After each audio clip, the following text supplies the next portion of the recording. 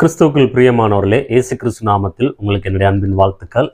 தெரிந்து கொள்வோம் என்கிற நிகழ்ச்சி, இந்த நிகழ்ச்சியின் வாயிலாக பல பதிவுகளை நாம் பதிவிடலாம்னு சொல்லி நான் ஒரு முடிவு எடுத்திருக்கிறேன். இதில் இப்போ நடக்கிற விஷயங்களும் வேதாகமத்தில் இருக்கிற விஷயங்களையும் ஒப்பிட்டு பார்க்கும்போது நமக்கு நிறைய விஷயங்களை நமக்கு இந்த நாட்கள் கற்றுக் கொடுக்கிறது. பிரியமானவர்களே, உலகத்தில் உயர் ரக பாதுகாப்பு முறைகள், அதாவது அரசியல்வாதிகள், பெரும் தலைவர்கள், குடியரசுத் தலைவர், பிரதமர், இவர்களுக்கெல்லாம் கொடுக்கக்கூடிய ஒரு மிக முக்கியமான உயர் பாதுகாப்பு முறையை நம்முடைய பரிசுத்த வேதாகமத்தில் ஒரு பரிசுத்தவானுக்கு கொடுத்துருக்காங்கன்னா உங்களால் நம்ப முடியுமா?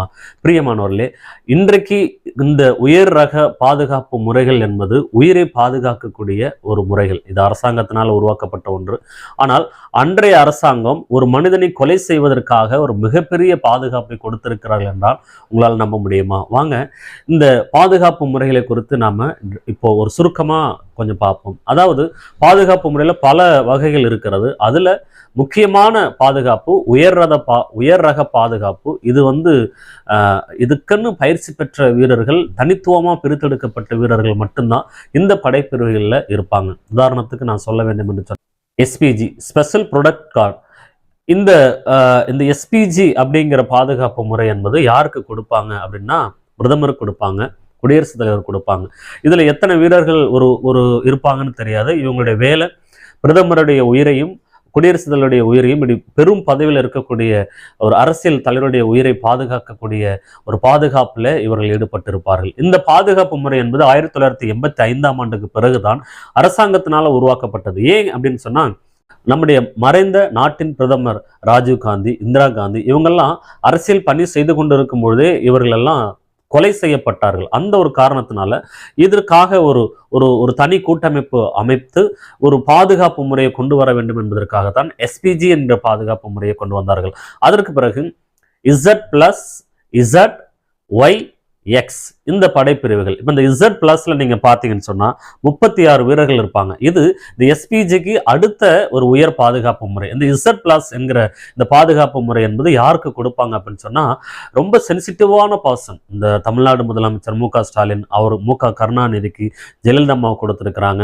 அடுத்து பார்த்தீங்கன்னா கேரள முதலமைச்சருக்கு கொடுத்துருக்குறாங்க, சந்திரபாபு நாயுடு கொடுத்துருக்குறாங்க, உத்தரப்பிரதேச முதலமைச்சருக்கு கொடுத்துருக்குறாங்க. இப்படி முதல் அமைச்சர்களுக்கு கொடுக்கக்கூடிய ஒரு உயர் ரக பாதுகாப்பு முறைகள். இந்த கமாண்டோக்கள் பார்த்தீங்கன்னா ஒரு விசேஷித்த பயிற்சி பெற்றவர்கள். இவங்களுடைய உடல் முழுக்க பாதுகாப்பு உபகரணங்களை தான் அணிஞ்சிருப்பாங்க. இவங்க ஒரு யாரையாவது சுட்டுட்டா கூட இவங்க மேல கேஸ் கிடையாது. பாதுகாப்பு நடவடிக்கைங்கிற பேர்ல இவங்க என்ன பண்ணிடுவாங்க, அந்த கேஸை ஃபைல் பண்ணி முடிச்சிருவாங்க. இதை விட முக்கியமான ஒரு விஷயம் என்னன்னு சொன்னா, எந்தவித ஒரு ஆயுதம் இல்லாமல் ஒரு தீவிரவாதியை இவர்களால் சமாளிக்க முடியும் என்கிற ஒரு திறன் படைத்தவர்கள் இந்த கமாண்டோக்கள். இதில் இருக்கக்கூடிய கமாண்டோக்கள், இதில் 36 பேர் இருப்பாங்க Z+ல.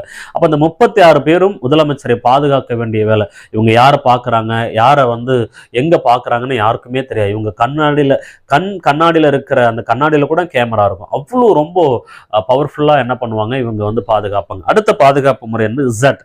இதில் 22 வீரர்கள் இருப்பார்கள். இதுவும் ஒரு பாதுகாப்பு முறை. அதற்கு பிறகு Y என்கிற ஒரு பாதுகாப்பு முறை. இதுல 14 வீரர்கள் இருப்பார்கள். இது சுயேட்சை முறையில் இவர்கள் பணிபுரிவார்கள்.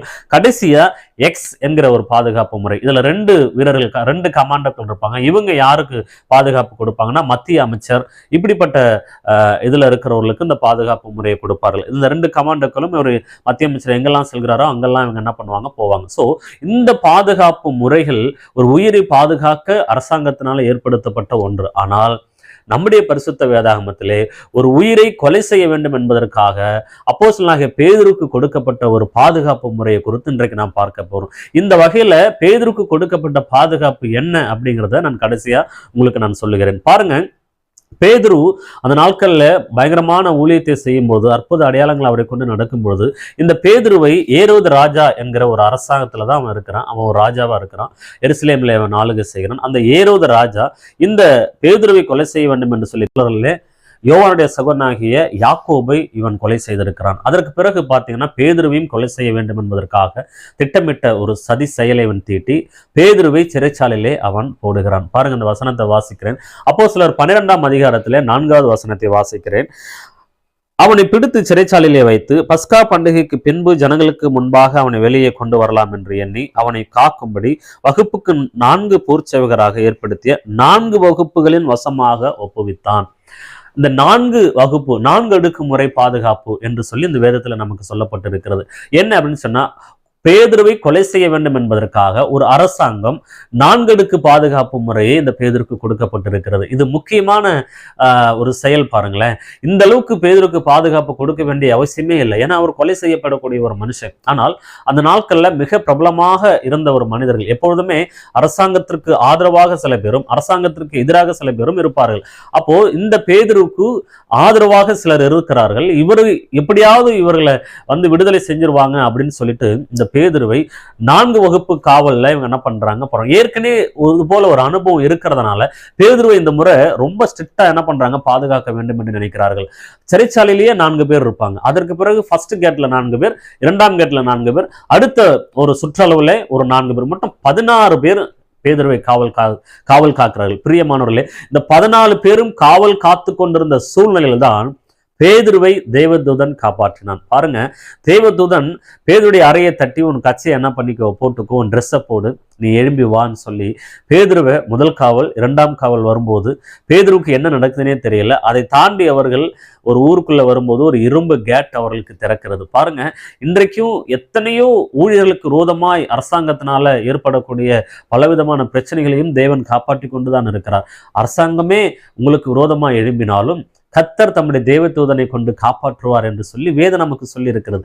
பாருங்க, இந்த இடத்துல அவருடைய கையில் இடப்பட்ட அந்த விலங்குகள் எல்லாம் மெழுகு போல அதெல்லாம் விலக ஆரம்பித்து பேதுருக்கு தான் சொப்பனம் காண்கிறது போல அவருடைய செயல்பாடுகள் எல்லாம் இருக்கிறது. பிரியமானவர்களே, இன்றைக்கு உங்க வாழ்க்கையில ஒருவேளை ஏதாவது ஒரு சம்பவம், ஒரு நெருக்கமான சூழ்நிலை, சிறைச்சாலை அனுபவங்கள் எப்படிலாம் இருக்குன்னு சொன்னா கவலையப்படாதீங்க. கர்த்தர் உங்களுக்காக விடுதலை செய்ய ஒரு ஆயத்தமுள்ளவராக இருக்கிறார். இந்த பேதுருக்கு கொடுக்கப்பட்ட பாதுகாப்பு முறை இன்றைய நாட்கள்ல பார்க்கும்போது என்ன தெரியும், Z+ பாதுகாப்பு முறையை இந்த பேதுருக்கு கொடுத்திருக்கிறார்கள். பாருங்க, அந்த நாட்கள்ல 16 வீரர்கள் கொண்ட பாதுகாப்பு முறை என்பது மிகப்பெரிய பாதுகாப்பு முறை. இந்த Z+, Z, Y, X இந்த பாதுகாப்பு முறையெல்லாம் இப்போ தீவிரவாத குழுக்களுக்கு ஏற்ற விதமாய் அமைக்கப்பட்ட ஒன்றுதான்.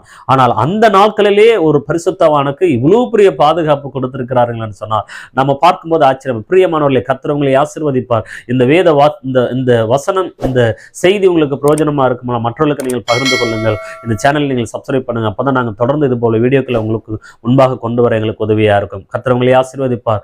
God plus.